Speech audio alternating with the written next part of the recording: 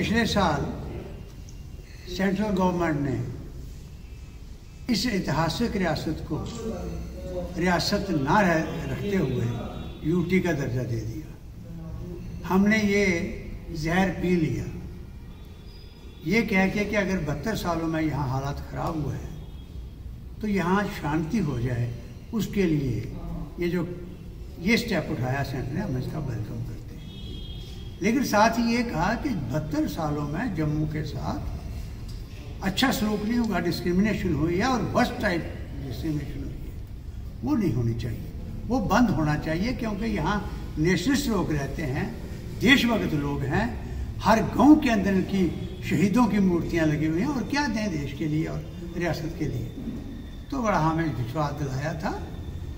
लेकिन हमें दुख की बात है कि आज जो स्थिति है वो ये है कि जम्मू का कल्चर भी जा रहा है, जम्मू का आर्ट भी जा रहा है, और जम्मू का हेरिटेज भी जा रहा है, जम्मू की शनाख्त भी ख़त्म हो रही है। और जम्मू की देशभक्ति पर जो नाज होना चाहिए था और जिससे आने वाली जनरेशन को प्रेरणा मिलती, वो चीज़ टोटली लॉक है। इसलिए हमने लेफ्टिनेंट गवर्नर साहब से, इनके पहले जो गवर्नर थे उनसे बात की। उसमें सबसे पहले मैं हेरिटेज की बात करता हूँ। हेरिटेज आप जानते हैं सबसे ज़्यादा प्रेस्टिजियस हमारा कम्प्लेक्स है, मुबारक मंडी कम्प्लेक्स। ये है सीट ऑफ एस्टवाइल डोगरा रूलर्स। उसकी हालत आप देखते हैं क्योंकि आप सब जानते हैं। और दूसरा है हमारे टूरिस्ट स्पॉट्स। आज ये नेशनल हाईवे 44 जो जा रहा है कश्मीर की तरफ, इसमें कोई शक नहीं, जाना चाहिए टूरिस्ट वहाँ। एक ही लक्ष्य सामने कि सीधा टूरिस्ट कश्मीर पहुँचे, और ट्रेन आगे ही ट्रेन जो है वो कनाडा चली गई है। 1 करोड़ माता वैष्णो देवी का यात्रु जो है उसको भी अब सीधी कश्मीर रहने की बात है, जम्मू ना है।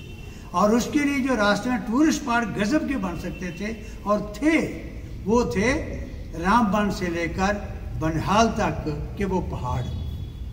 उन पहाड़ों पर झीलें हैं, सब कुछ है। लेकिन आज यहाँ पहला जो उसका प्लान बनाया था, उसके मुताबिक ये था कि ये सड़क ले जाने के लिए वहाँ पर फ्लाईओवर और ब्रिजेस बनाए जाएंगे, पहाड़ों को नहीं छेड़ा जाएगा। आज कोई ब्रिज नहीं बन रहा, वो वायलेशन हो रही है, और पूरे के पूरे पहाड़ चल पड़े। आप देख रहे हैं कि रोज रास्ता बंद है।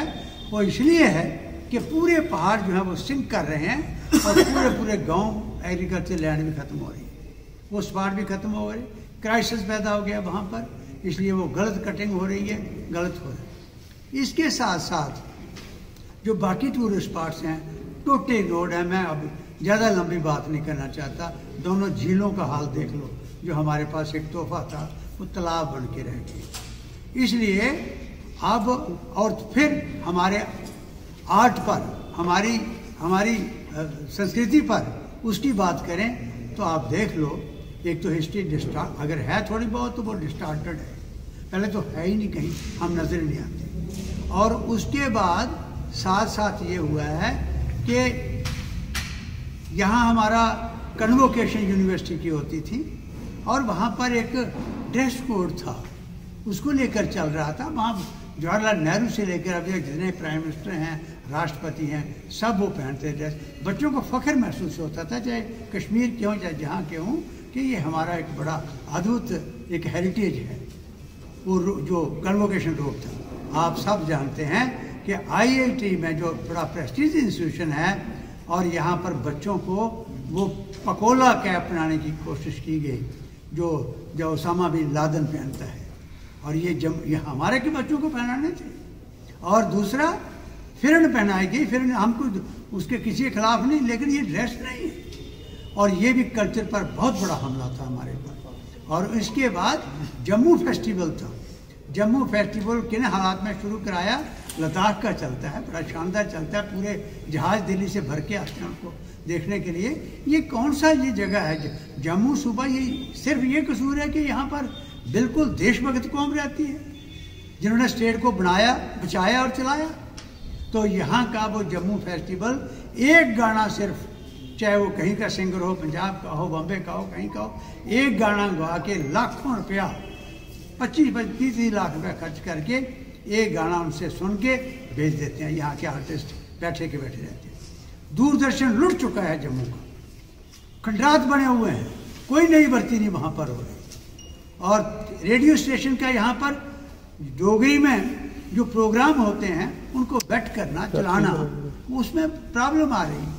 और इसलिए मैं कह रहा हूँ किसी के खिलाफ नहीं, वो भी चलना चाहिए।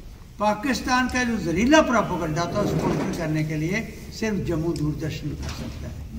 और लेकिन वहाँ जो अंडरस्टैंड करते हैं लैंग्वेज, वो डोगरी है, गोजरी है, पहाड़ी है, और 85% 90% वो हैं, और वो है ही नहीं, बिल्कुल टोटली फेल है। वो स्ट्रेंथन करने के लिए हम मांग कर रहे हैं नहीं। अब एक उम्मीद जागी थी कि 31 मेंबरी पार्लियामेंट्री कमेटी यहाँ पर ये एजेंडा सामने रख के कि जम्मू कश्मीर का टूरिज्म, जम्मू कश्मीर का कल्चर, यहाँ की इनकी शनाख्त और यहाँ के टूरिस्ट स्पॉट्स और यहाँ का रोड नेटवर्क, ये देखने के लिए वो आए ताकि पार्लियामेंट के अंदर भी बात कर सकें और जो कमेटी है उसके सामने। हमें अफसोस ये है वो सीधी कमेटी कश्मीर आई, हमारा है कश्मीर, लेकिन 4 दिन वहाँ रहे, टूरिस्ट स्पॉट भी उन्होंने सब देखे, वहाँ लोगों के डेलीगेशन भी मिले। हम भी इंतज़ार कर रहे थे कि हम भी आकर बात बताएंगे, लेकिन वो जम्मू नहीं आए, जम्मू टोटली नहीं आए। और यहाँ के ऑफिसर वहाँ नहीं हैं, उनसे बात कर रहे हैं और उनके नक्शे पर लगता है जम्मू है। हम ये आज आपके माध्यम से एक तो बड़ी खुशी की बात यह है कि इन बातों को सामने रखते जितने जम्मू के मुदब्बर पर्सनैलिटीज़ हैं यहाँ डोगरा जो तलक रखते हैं इस रीजन से, वो चाहे IAS अफसर हैं, चाहे IPS हैं, और चाहे वो रिटायर्ड आर्मी के ऑफिसर्स हैं, चाहे वो हमारे एजुकेशनिस्ट हैं, वो सारे इकट्ठे हुए डोगरा हॉल के अंदर। और यहाँ पर उन्होंने एक सांझी पिटीशन फाइल करने का फैसला किया। ये मैं आपको बताना चाहता हूँ। मेन नाम उसमें शुरू से सारे नाम तो ये 90 लोग हैं जो पिटीशन हम फाइल कर रहे हैं, जो कर दी फाइल लेफ्टिनेंट गवर्नर के पास, ऑनरेबल प्राइम मिनिस्टर के पास और टूरिज्म मिनिस्टर जो यूनियन मिनिस्टर हैं उनके पास। इसमें यही पॉइंट रख के पिटीशन जो लिखी है वो आपको बता दिया मैंने। और इसमें है जैसे SS बलौरिया हैं, चीफ सेक्रेटरी रिटायर्ड हैं हमारे, और इसके साथ साथ जूनियर सेक्रेटरी हैं जैसे अशोक अंगुराना है और उनके साथी बाकी हैं, IAS अफसर हैं KV जंडियाल, उनके सारे ये नाम आपको लिस्ट मिल जाएगी। और साथ एस्टवाइल जो दोनों वाइस चांसलर मीटिंग में भी थे, professor RR Sharma, professor RD Sharma. तो ये हमारी डोगरा पर्सनैलिटी जितनी थी, हमारे जनरल साहब, बाकी जनरल साहिबान, तो उन्होंने साहब ने एक कॉमन पिटीशन जो आपको लिस्ट हम दे रहे हैं वो फाइल की है।